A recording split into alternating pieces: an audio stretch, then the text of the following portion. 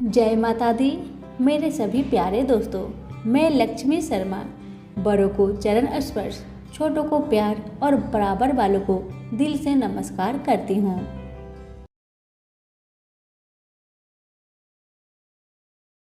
ओम नमः भगवते वासुदेवाय नमः। आप सभी को परमा एकादशी व्रत की ढेर सारी शुभकामनाएं। लक्ष्मी नारायण की कृपा आप पर और आपके पूरे परिवार पर सदा बनी रहे। मेरे प्यारे दोस्तों, आज मैं परमा एकादशी व्रत से जुड़ी 5 पुण्यफल देने वाली कथा एक साथ सुनाने जा रही हूँ। कथा को पूरा जरूर सुनिएगा। अगर अच्छी लगे तो वीडियो को लाइक करके आगे अपनों को भी शेयर कीजिएगा। भगवान आप सभी की इच्छा को पूर्ण करे। अब सुनिए परमा एकादशी व्रत की कथा। राजा युधिष्ठिर ने पूछा, हे जनार्दन, मलमास के कृष्णा पक्ष की एकादशी का क्या नाम है? उनकी व्रत की विधि तथा महात्म्य विस्तार से वर्णन कीजिए। श्री कृष्ण बोले कि हे राजन, इस एकादशी का नाम परमा है। यह मनुष्य को मोक्ष, भोग तथा आनंद देने वाली पवित्र व पाप नाशक है। शुक्ला पक्ष की एकादशी के समान ही इसकी विधि है।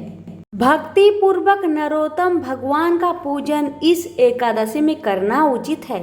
यहाँ पर मैं एक मनोहर कथा सुनाता हूँ जो कामीपिल्य नामक नगर की है, और जैसे मैंने सुनी है वैसे तुमसे कहता हूँ। इस नगर में सुमेधा नाम का एक अत्यंत धर्मात्मा ब्राह्मण रहता था। उसकी पवित्रा नाम वाली स्त्री अत्यंत पतिव्रता थी, परंतु भाग्यवश वह अत्यंत दरिद्र थी। अनेक मनुष्य से भिक्षा मांगने पर भी उसको भिक्षा नहीं मिलती थी। इस कारण भली प्रकार भोजन, वस्त्र और रहने को उचित स्थान तक नहीं मिलता था। कई दिन वह केवल उपवास ही कर लेते थे। उसकी पतिव्रता स्त्री स्वयं भूखी रहकर भी अतिथि सत्कार अवश्य करती, मगर अपने मुख कमल पर कभी मलिनता न आने देती। साथ ही अपने पति से कभी किसी वस्तु की याचना न करती। इस प्रकार अपनी स्त्री के दुर्बल शरीर एवं घर में अन्न का अभाव देखकर सुमेधा एक दिन अपनी स्त्री से कहने लगा, हे प्रिय, यदि मैं किसी श्रेष्ठ मनुष्य से धन मांगता हूँ तो मुझे कोई देता नहीं। मैं क्या करूँ, कहाँ जाऊँ? धन के बिना घर के कार्य सिद्ध नहीं होते। अतः मुझको विदेश जाने की आज्ञा दो। पति के दुखपूर्ण वचन को सुनकर वह सुंदर नेत्रों वाली स्त्री नेत्रों में आंसू भरकर तथा दोनों हाथ जोड़कर बड़े विनीत भाव से अपने पति से कहने लगी कि हे स्वामी, यद्यपि मैं कोई विद्वान पंडित नहीं, फिर भी आपकी आज्ञा से कुछ कहना चाहती हूँ, जिसमें कि मैं आपकी और अपनी भलाई ही चाहती हूँ। क्योंकि विपत्तिग्रस्त मनुष्य सर्वदा यही कहते हैं कि मनुष्य को जो कुछ मिलता है पूर्व जन्म का दिया हुआ ही मिलता है। बिना दिए चाहे स्वर्ण के सुमेरु पर्वत चला जावे, वहां भी कुछ नहीं मिलेगा। अपने पूर्व जन्मों में मनुष्य विद्या, धन या भूमि जो कुछ भी दान देता है वही इस जन्म में पृथ्वी पर मिलता है। ब्रह्मा ने जो कुछ भाग्य में लिखा है वह किसी जगह भी मिल सकता है, बिना दिए कुछ नहीं मिल सकता। स्वामीन, मैं आपके बिना क्षण मात्र भी नहीं रह सकूंगी। माता पिता, भाई बंधव, सास ससुर और दूसरे कुटुंबीजन कोई भी आदर सत्कार नहीं करेगा। सब पतिहीन तथा भाग्यहीन कहकर निंदा करेंगे। अतः इसी जगह रहकर जो भी मिले उसी में सुख मानिए। अपनी स्त्री के ऐसे वचन सुनकर वह ब्राह्मण विदेश नहीं गया। एक समय मुनियों में श्रेष्ठ कौंडिन्य मुनि भाग्यवश वहां पर आ गए। उनको देखकर सुमेधा अत्यंत प्रसन्न हुआ और अपनी स्त्री सहित शीघ्र से बड़ी नम्रता के साथ बारंबार उनको नमस्कार किया और कहने लगा कि हमारे भाग्य में जो आपके दर्शन हुआ, ऐसा कहकर सुंदर आसन दे मुनि की पूजा की तथा श्रद्धा के साथ मुनि को भोजन कराया। उस श्रेष्ठ पतिव्रता स्त्री ने मुनि से पूछा कि महाराज, दरिद्रता का नाश कैसे होता है? बिना दान किए हुए भी धन, विद्या, स्त्री और दूसरे पदार्थ कैसे प्राप्त हो सकते हैं? मेरे पति मुझे छोड़कर धन की आशा में विदेश जा रहे हैं। मैंने उनको रोका। मेरे भाग्यवश आप यहाँ आ गए हैं। अतः हे महामुनि, कृपा करके कोई ऐसा उपाय, व्रत, तीर्थ या तप बतलाइए जिससे हमारा यह दुख, दरिद्र दूर हो सके।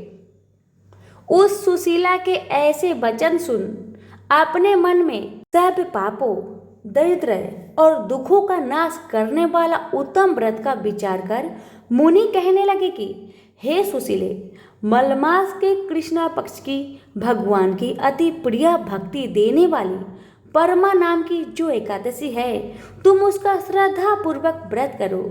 उसके करने से मनुष्य धन धान्य से संपन्न हो जाते हैं। विधि पूर्वक व्रत और रात्रि को नित्य गीता आदि करके जागरण करना चाहिए। इस व्रत को सबसे पहले कुबेर जी ने किया। तब श्री शिव जी ने प्रसन्न होकर उनको धन का स्वामी बना दिया। फिर अपने पुत्र को बेचने वाला राजा हरिश्चंद्र ने किया तो अपना खोया हुआ राज्य, ऐश्वर्य तथा स्त्री पुत्र को पुनः प्राप्त किया। अतः तुम भी इस व्रत को करो। हे पांडव, इतना कहकर अति प्रसन्नता के साथ कौंडिन्य ऋषि ने व्रत की सब विधि उनको समझाई और फिर उनसे पंचरात्रि का शुभ कारक व्रत का वर्णन किया, जिसके अनुष्ठान मात्र से भोग और मोक्ष दोनों प्राप्त होते हैं। उन्होंने कहा कि परमा एकादशी के दिन प्रातः काल नित्य कर्म से निवृत्त होकर यथाशक्ति पंचरात्रि व्रत का नियम करे। जो प्रातः काल स्नान करके 5 दिन प्रयत्न निराहार रहता है, वह अपने माता पिता तथा स्त्री सहित विष्णु लोक को जाते हैं। जिसने 5 दिन तक स्नान आदि करके विधि पूर्वक ब्राह्मण भोजन कराया, उसने देवता, मनुष्य, राक्षस सहित सबको भोजन करा दिया। जो स्नान करके 5 दिन तक तिल से भरकर पात्र दान करते हैं, वे समस्त सुखों को भोगकर सूर्यलोक में आनंद करते हैं। जो घी का पात्र दान करते हैं और ब्रह्मचार्य से रहते हैं, वे देवगणाओं सहित स्वर्ग में आनंद करते हैं। कौंडिन्य ऋषि कहने लगे कि हे सुशीले, तुम भी अपने पति सहित इस व्रत को करो। इस व्रत के करने से अन्न और धन से युक्त होकर अंत में स्वर्ग को जाओगे। उस ब्राह्मणी ने कौंडिन्य ऋषि की बताई हुई विधि के अनुसार व्रत किया तथा 5 रात्रि के समाप्त होने पर परमा एकादशी का व्रत किया। व्रत के पूर्व होते ही उस स्त्री ने एक राजकुमार को वहां आते देखा। राजकुमार ने ब्रह्मा की प्रेरणा से सब सुंदर वस्तुओं सहित नवीन गृह देकर उसमें उनका वास कराया। तत्पश्चात उस राजकुमार ने एक ग्राम उनकी जीविका के निमित्त दान किया। मलमास की कृष्णा पक्ष की परमा एकादशी का आदर सहित व्रत करने से वे समस्त पापों से मुक्त होकर विष्णु लोक को गए। जो मनुष्य यह मानव देव प्राप्त करके भी मलमास की एकादशी का व्रत नहीं करते, वे 84 लाख योनियों में भ्रमते हुए दुख पाते हैं। मनुष्य देह अत्यंत दुर्लभ बड़े पुण्य के प्रताप से मिलती है। कृष्ण भगवान द्वारा कहे हुए इस महात्म्य को सुनकर राजा युधिष्ठिर ने अपनी पत्नी तथा भाइयों सहित एकादशी के व्रत को किया और अनेक भोगों को भोगकर अंत समय भगवान विष्णु के वैकुंठ लोक में गए। सूत जी कहते हैं कि और भी जो कोई मनुष्य मलमास की एकादशी को विधि पूर्वक और श्रद्धा से पंचरात्रि व्रत करेगा, वह इंद्र के समान भोगों को भोगकर अंत में तीनों लोकों में बंधित होकर विष्णु लोक को प्राप्त होगा। प्रेम से बोलिए लक्ष्मी नारायण की जय। अब सुनिए परमा 11 की व्रत कथा। बहुत समय पहले की बात है। एक गांव में एक रामू नाम का इंसान रहता था। उसका अभी अभी विवाह हुआ था और पत्नी कुछ दिन साथ रह के मायके चली जाती है। पत्नी के बिना रामू को मन नहीं लगता था। इसी कारण वह अपनी पत्नी को लाने के बारे में सोचता है और नए नए कपड़े पहनकर अपने ससुराल की तरफ चल पड़ता है। कुछ दूर जाने पर रामू को एक नदी में एक गाय दिखाई पड़ती है। गाय पानी पीने के लिए नदी में उतरती है, लेकिन पानी के अंदर दलदल होने के कारण गाय उसी में फंस जाती है और बाहर निकलने का बहुत प्रयास करती है, मगर निकल नहीं पाती। तभी उसकी नजर रामू पर पड़ती है। गाय रामू से कहती है, बेटा मुझे बचा लो, मैं पानी के अंदर दलदल में दब रही हूँ, मुझे बचा लो। गाय की बात सुन रामू कहने लगा, नहीं नहीं, मैं अपने ससुराल जा रहा हूँ और पहली बार जा रहा हूँ। मेरी नई नई कपड़े दलदल में पड़ेगी तो गंदी हो जाएगी। अगर मैं गंदे कपड़े में अपने ससुराल जाऊंगा तो मेरा क्या इज्जत रह जाएगी। ससुराल वाले क्या कहेंगे कि कैसा मेरा दामाद है। नहीं नहीं, मुझे माफ करो, मैं तुम्हें अभी नहीं बचा सकता।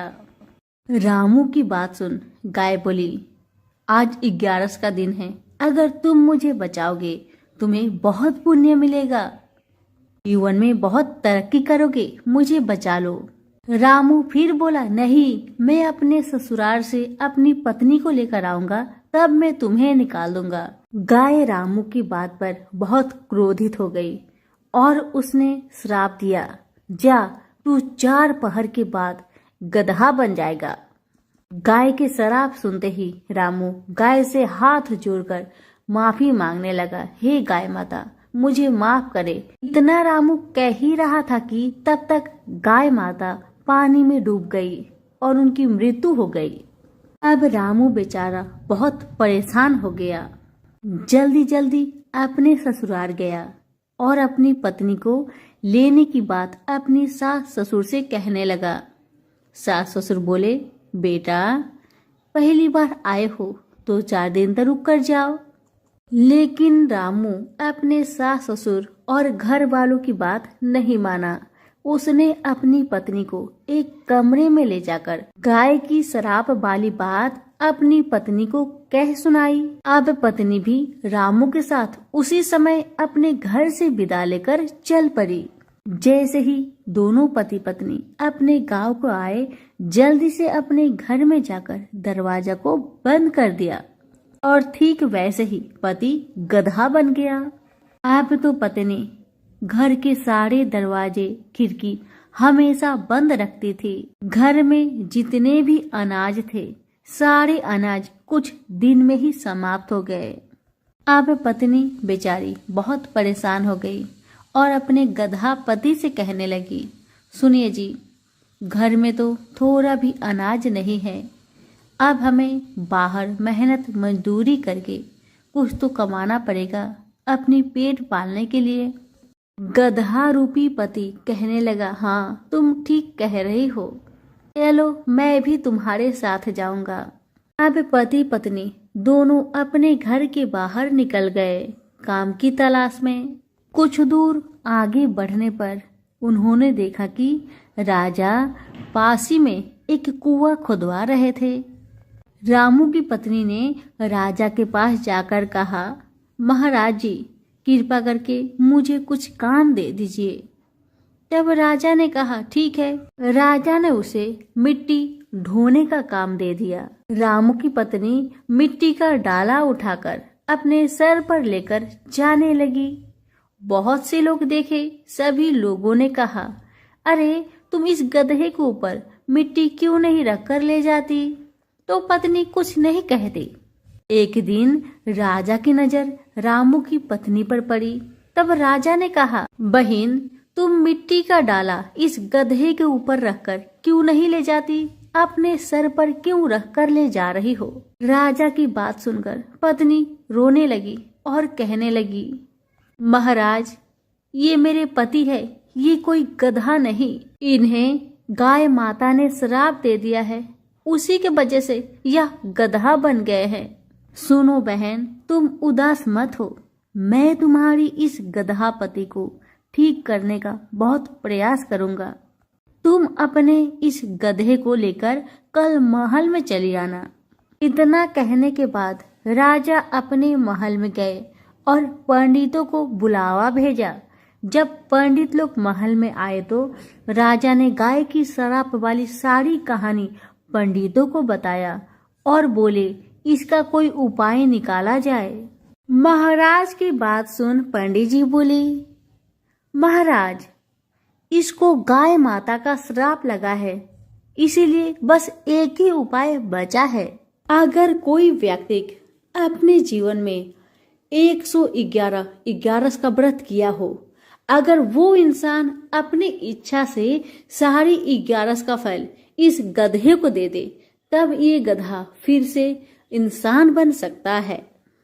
अब राजा ने चारों तरफ ढिंढोरा पिटवा दिया कि अगर कोई भी व्यक्ति 111 का व्रत किया हो, अगर उसका फल एक गधे को दे देगा तो उसे ढेर सारा धन दौलत और साथ में इनाम दिया जाएगा।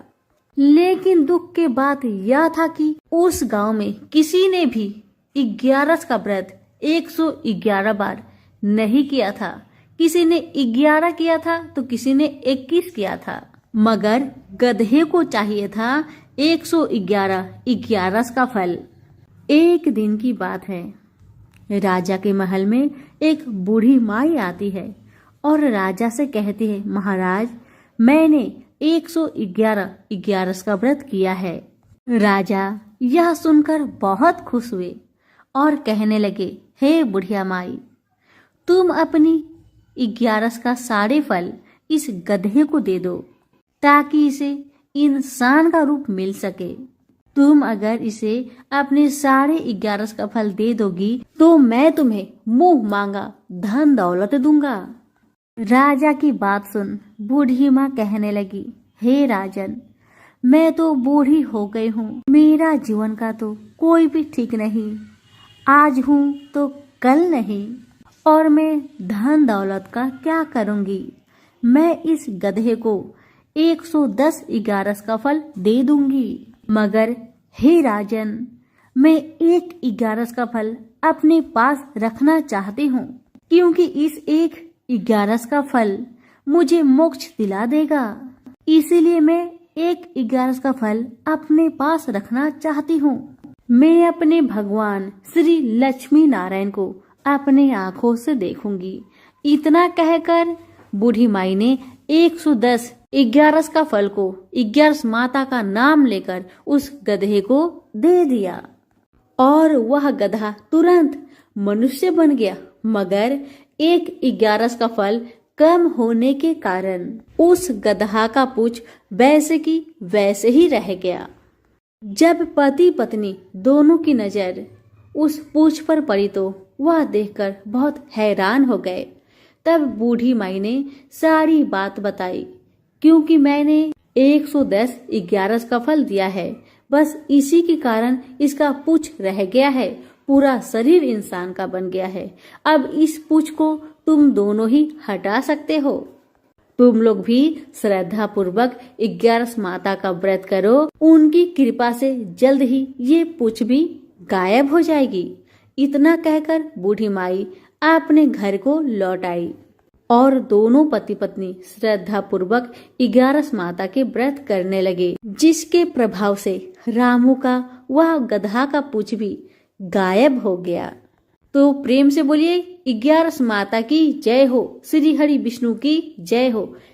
श्री कृष्ण भगवान जी का वचन है कि जो प्राणी इस गर्भ गीता का सद्भावना से विचार मनन करता है, सो पुरुष फिर गर्भवास में नहीं आता।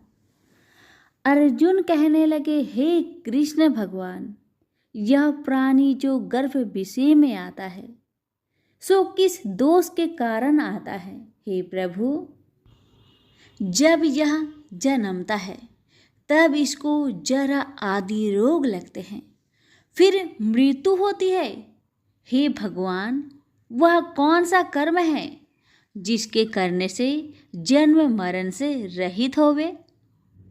श्री कृष्ण भगवान कहने लगे, हे अर्जुन, यह मनुष्य जो है सो अंधा मूर्ख है और संसार के साथ प्रीति करता है। यह पदार्थ मैंने पाया है और वह मैं पाऊंगा, ऐसी चिंता इस प्राणी के मन से उतरती नहीं। 8 पहर माया को ही मांगता है, इन बातों को करके बार बार जन्मता है और मरता है। वह गर्भ विषय दुख पाता रहता है। अर्जुन कहने लगे, हे कृष्ण भगवान, यह मन हाथी की न्याय है, तृष्णा इसकी शक्ति है। यह मन तो 5 के बस में है, काम, क्रोध, लोभ, मोह और अहंकार। इन 5 में अहंकार बहुत बली है। ये कौन सा यत्न है जिससे मन बस में होए? वैसा ही मन रूपी हाथी को बस में करने के लिए ज्ञान रूपी अंकुश है। अहंकार करने से यह जीव नरक में पड़ता है।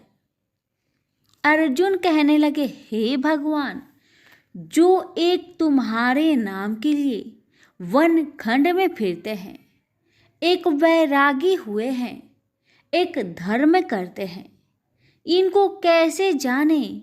जो वैष्णव है वे कौन है?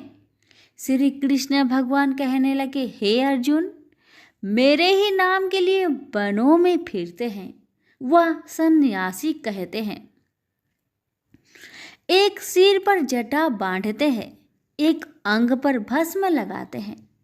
उनमें हम नहीं है, क्योंकि इनमें अहंकार है। इससे मेरा दर्शन दुर्लभ है। अर्जुन कहने लगे, हे भगवान, वह कौन सा पाप है जिससे स्त्री की मृत्यु हो जाती है? वह कौन सा पाप है जिससे पुत्र मर जाता है? और नपुंसक कौन से पाप से होते हैं?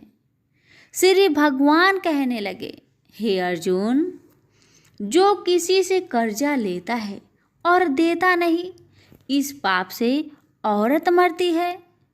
और जो किसी की अमानत रखी हुई बचा लेता है, उसके पुत्र मर जाते हैं। जो किसी का कार्य किसी के गोचर आए पड़े और वह जबानी कहे कि मैं तेरा कार्य सबसे पहले कर दूंगा, और जब समय आए तब उसका कार्य ना करे, इस पाप से नपुंसक हो जाता है। ये बड़े पाप है। अर्जुन कहने लगे, हे भगवान, कौन पाप से मनुष्य सदैव रोगी रहता है? किस पाप से गधे का जन्म पाता है, स्त्री का जन्म पाता है, तथा टट्टू का जन्म क्यों कर पाता है? और बिल्ली का जन्म किस पाप से होता है?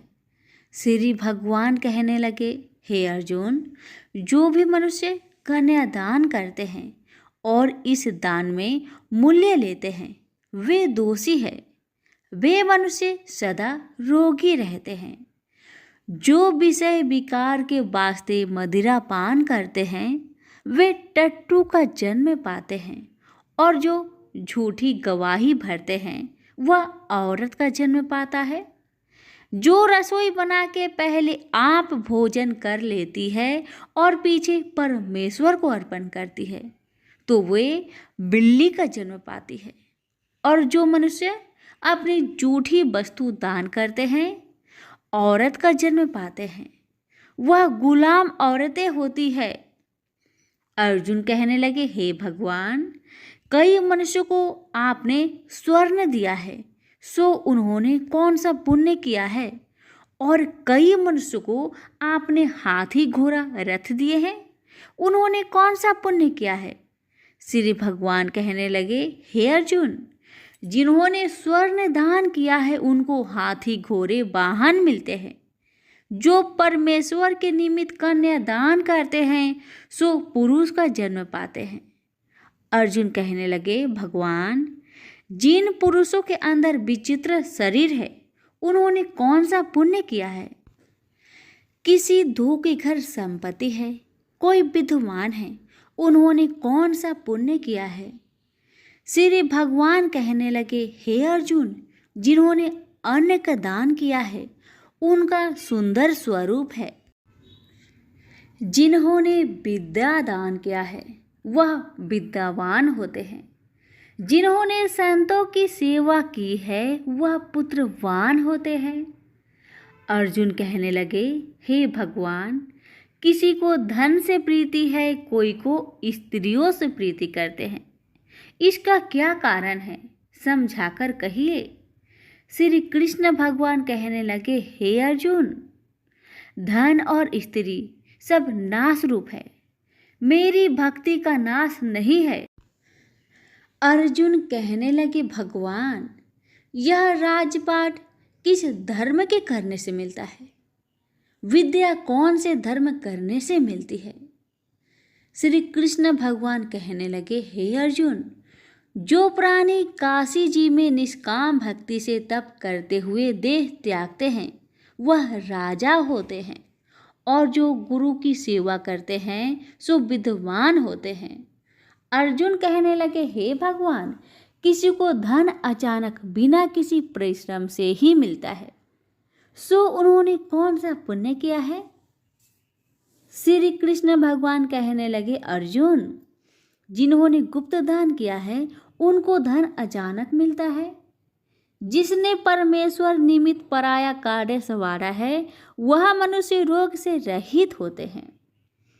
अर्जुन कहने लगे, हे भगवान, कौन से पाप से अमली होते हैं और कौन पाप से गूंगे होते हैं और कौन पाप से कुष्ठी होती है? श्री कृष्ण भगवान कहने लगे, हे अर्जुन, जो आदमी नीच कुल की स्त्री से गमन करते हैं सो अमली होते हैं। जो गुरु से विद्या पढ़कर मुकर जाते हैं सो गूंगे होते हैं। जिन्होंने गो घात किया है वे कुष्ठी होते हैं। अर्जुन कहने लगे, हे भगवान, जिस किसी पुरुष की देह में रक्त का विकार होता है वह किस पाप से होता है? और कोई दरिद्र होते हैं, किसी को खरक वायु होती है, और कोई अंधे होते हैं, तो कोई पंगुल होते हैं, सो कौन से पाप से रहित होते हैं? और कई स्त्रियां बाल विधवा होती है, तो यह किस पाप से होती है? श्री कृष्ण भगवान कहने लगे, हे अर्जुन, जो सदा क्रोधवान रहते हैं उन्हें रक्त विकार होता है। जो मलिन रहते हैं वह सदा दरिद्र होते हैं। जो कुकर्मी ब्राह्मण को दान देते हैं उनके खरक वायु होते हैं। जो पराई स्त्री को निर्वस्त्र देखते हैं, गुरु की पत्नी को दृष्टि करते हैं, सो अंधे होते हैं। जिसने गुरु और ब्राह्मण को लात मारी है सो लंगड़ा व पंगुला होता है। जो औरत अपने पति को छोड़कर पराये पुरुषों से संग करती है सो वह बाल विधवा होती है। अर्जुन कहने लगे, हे भगवान, आप पर ब्रह्मा हो, आपको नमस्कार है। आगे मैं आपको संबंधी जानता था, परंतु अब मैं ईश्वर रूप जानता हूँ। हे पर ब्रह्मा, गुरु दीक्षा कैसी होती है, सो कृपा करके मुझको कहिए। श्री कृष्ण भगवान बोले, हे अर्जुन, तुम धन्य हो, तुम्हारे माता पिता भी धन्य हैं जिनके तुम ऐसे पुत्र हो। हे अर्जुन, सारे संसार का गुरु जगन्नाथ, विद्या का गुरु काशी, चारों वर्णों का गुरु सन्यासी है। सन्यासी उसको कहते हैं जिन्हें सबका त्याग करके मेरे प्रति मन लगाया है, सो ब्राह्मण जगत गुरु है। हे अर्जुन, यह बात ध्यान देकर सुनने की है। गुरु कैसा करे? जिसने सब इंद्रियां जीती हो, जिसको सब संसार ईश्वरमय नजर आता हो और सब जगत से उदास हो, ऐसा गुरु करे जो परमेश्वर को जानने वाला हो और उस गुरु की पूजा सब तरह से करे। हे अर्जुन, जो गुरु काम भक्त होता है और जो प्राणी गुरु की पूजा सब तरह से करे। हे अर्जुन, जो गुरु का भक्त होता है और जो प्राणी गुरु के सम्मुख होकर भजन करते हैं, उसका भजन करना सफल है। जो गुरु से विमुख है, उनको 7 ग्राम माड़े का पाप है। गुरु से विमुख प्राणी दर्शन करने योग्य नहीं होते। जो गृहस्थी संसार में गुरु के बिना है, चांडाल के समान है। जिस तरह मदिरा का भंडार हो, उसमें जो गंगा जल है सो अपवित्र है, इसी तरह गुरु से विमुख का भजन सदा अपवित्र होता है। उसके हाथ का देवता भी नहीं लेते, उसके सब कर्म निष्फल है। कुकर, शुकर, गंधर्व, काग, ये सब की सब योनियों में बड़ी खोटी योनि है। इन सब से यह मनुष्य खोटा है। जो गुरु नहीं करता, गुरु बिना गति नहीं होती, यह अवश्य नरक को जाएगा। गुरु दीक्षा बिना प्राणी के सब कर्म निष्फल होते हैं। हे अर्जुन, जैसे चारों वर्णों को मेरी भक्ति करना योग्य है, तैसे गुरुधार के गुरु भक्ति करना योग्य है। जैसे गंगा नदियों में उत्तम है, सब व्रतों में एकादशी का व्रत श्रेष्ठ है, वैसे ही अर्जुन, शुभ कर्मों में गुरु सेवा उत्तम है। गुरु दीक्षा बिना प्राणी पशु योनि पाता है। जो धर्म भी करता है सो पशु योनि में फल भोगता है, 84 योनियों में भ्रमता रहता है। अर्जुन कहने लगे, हे श्री कृष्ण भगवान, गुरु दीक्षा क्या वस्तु है? कृष्ण भगवान कहने लगे, हे अर्जुन, धन्य जन्म है तेरा जिसने यह प्रश्न किया है, तू धन्य है। गुरु दीक्षा के 2 अक्षर है, हरिओम। इन अक्षरों को गुरु कहता है। यह चारों वर्णों को अपनाना श्रेष्ठ है। हे अर्जुन, जो गुरु की सेवा करता है उस पर मेरी प्रसन्नता है। वह 84 से छूट जाएगा, जन्म मरण से रहित हो नरक नहीं भोगता। गुरु की सेवा करता है, उसको कई अश्वमेघ यज्ञ के पुण्य का फल मिलता है। गुरु की सेवा मेरी सेवा है। हे अर्जुन, हमारे तुम्हारे संवाद को जो पढ़े सो गर्भ के दुख से बचेंगे, 84 कट जाएगी। इसी से इस पाठ का नाम गर्भ गीता है। श्री कृष्ण भगवान जी के मुख से अर्जुन ने श्रवण की है, गुरु दीक्षा लेना उत्तम कर्म है। उसका फल है कि नरक से वह 84 जीव से बचा रहता है। भगवान बहुत प्रसन्न होते हैं। सभी प्रेम से बोलिए, श्री कृष्ण भगवान की जय। बहुत समय पहले की बात है, किसी गांव में सभी औरतें तुलसी माता को सींचा करती थी और तुलसी माता को सींचते और पूजते समय कोई औरत धन मांगती तो कोई पुत्र मांगता तो कोई सुहाग मांगता। सब कोई सींचकर अपने घर को चला आता। उसी गांव में एक डोकरी 1.25 पहर रात को उठती थी और 1.25 पहर दिन चढ़े तब तुलसी माता की पूजा करती थी। तुलसी माता को पूजकर सींचकर वह कहती थी, हे तुलसी माता सत की दाता, मैं बिरला सींचू तेरी, तू कर निस्तारा मेरा।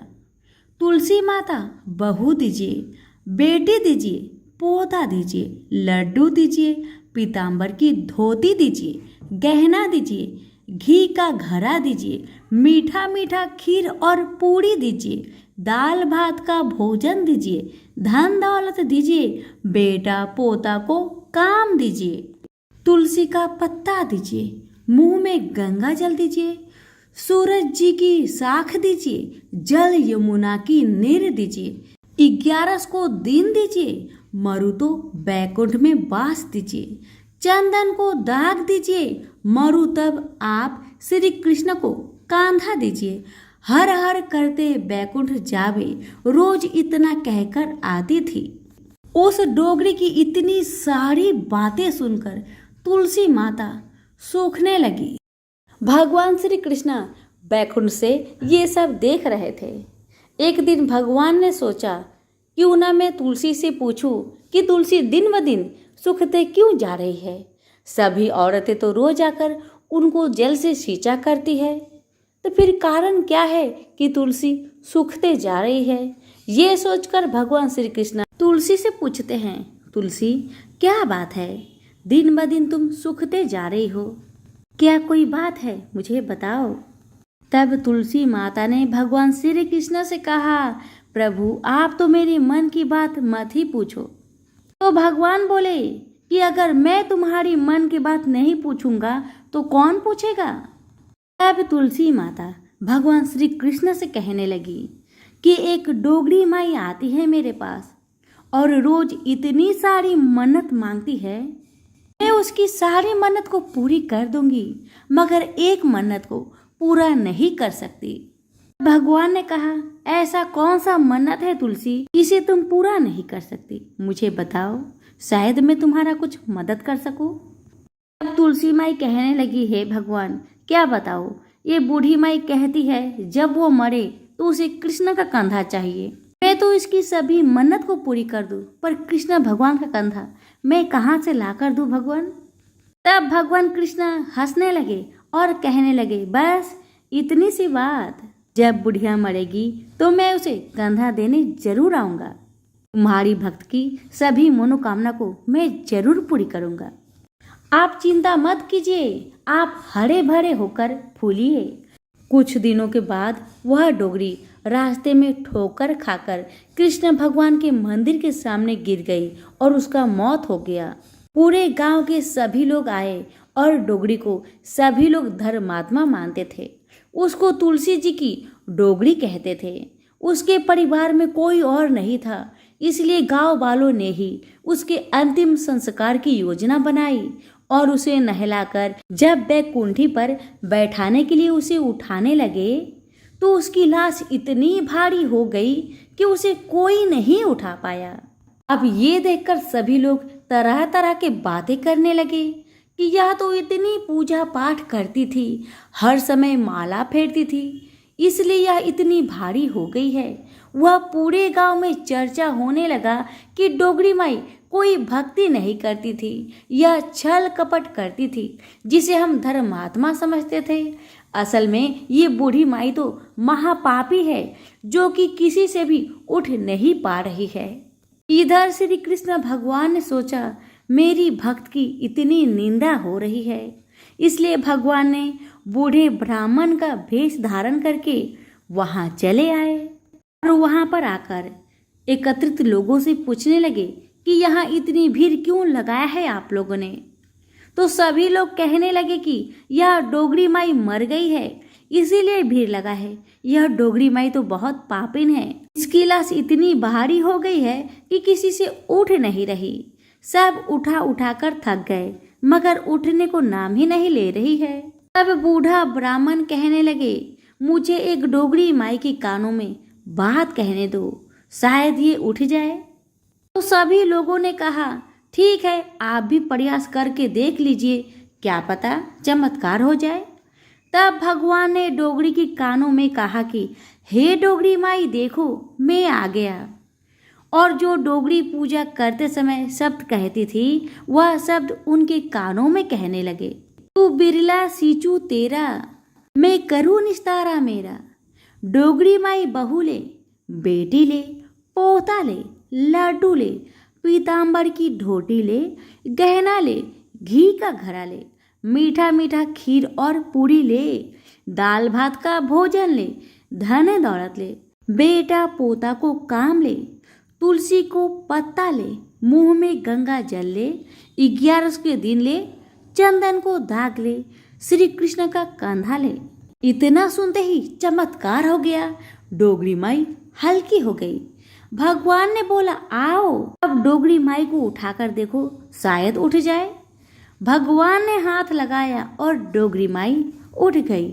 सबको आश्चर्य हुआ। डोगरी माई को बहुत धूमधाम से ले गया। भगवान ने उसे अपने कंधे पर ले गए। पूरे गांव में डोगरी की चलावा बहुत ही अच्छा निकला था, जिससे उसको मुक्ति मिल गई और बैकुंठ में चली गई। सभी लोग देखते रह गए। सभी लोगों ने देखा कि मुर्दा घाट तक तो ब्राह्मण साथ ही आया था, लेकिन अब वह कहीं दिखाई नहीं दे रहा, जिससे लोग को समझ में आ गया कि वह भगवान ही आए थे। हे तुलसी माता, जैसे डोगरी माई की मुक्ति कराई, वैसे सबकी भी मुक्ति कराना। सबको भगवान का ही कंधा मिले और सबको स्वर्ग देना। तो सभी प्रेम से बोलिए, तुलसी मैया की जय, श्री कृष्ण भगवान की जय। प्रेम से बोलिए, गणेश महाराज की जय हो, विनायक जी की जय हो। किसी गांव में एक बूढ़ी माई रहती थी। वह बहुत गरीब थी और आंखों से अंधी भी थी। उसका एक बेटा और बहू थी। वह बुढ़िया सदैव गणेश महाराज की पूजा किया करती थी। एक दिन गणेश भगवान उसकी श्रद्धा भक्ति को देखकर बहुत प्रसन्न हुए।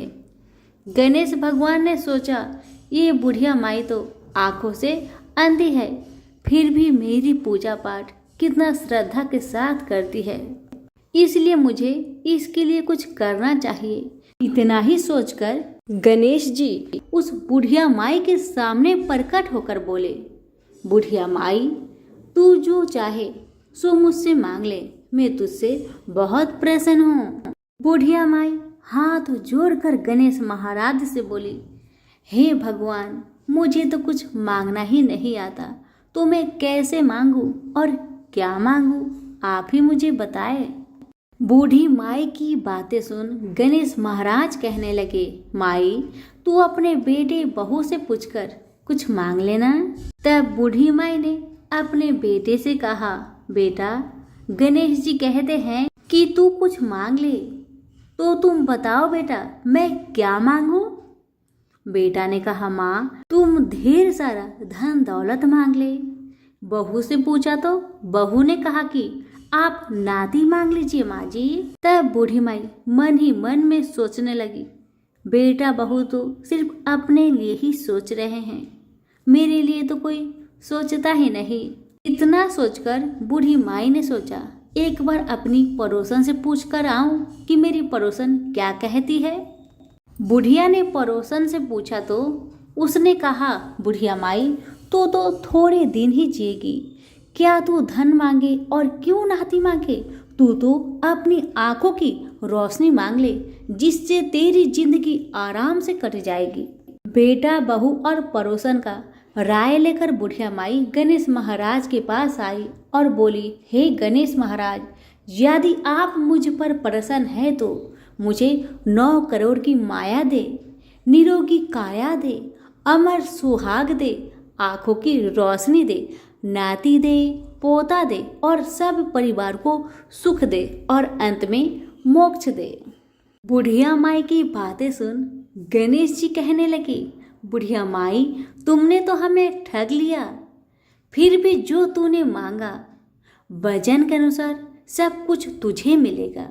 यह कहकर गणेश महाराज अंतर ध्यान हो गए। उधर बूढ़ी माई ने जो कुछ मांगा वह सब कुछ मिल गया। गणेश जी महाराज, जैसे आपने उस बुढ़िया माँ को सब कुछ दिया, वैसे ही सबको देना। कहानी कहने वाले, सुनने वाले, हुक्कारे भरने वाले सभी के परिवार पर अपनी कृपा सदा बनाए रखना। सभी मिलकर बोलिए, गणेश भगवान की जय हो, विनायक महाराज की जय हो।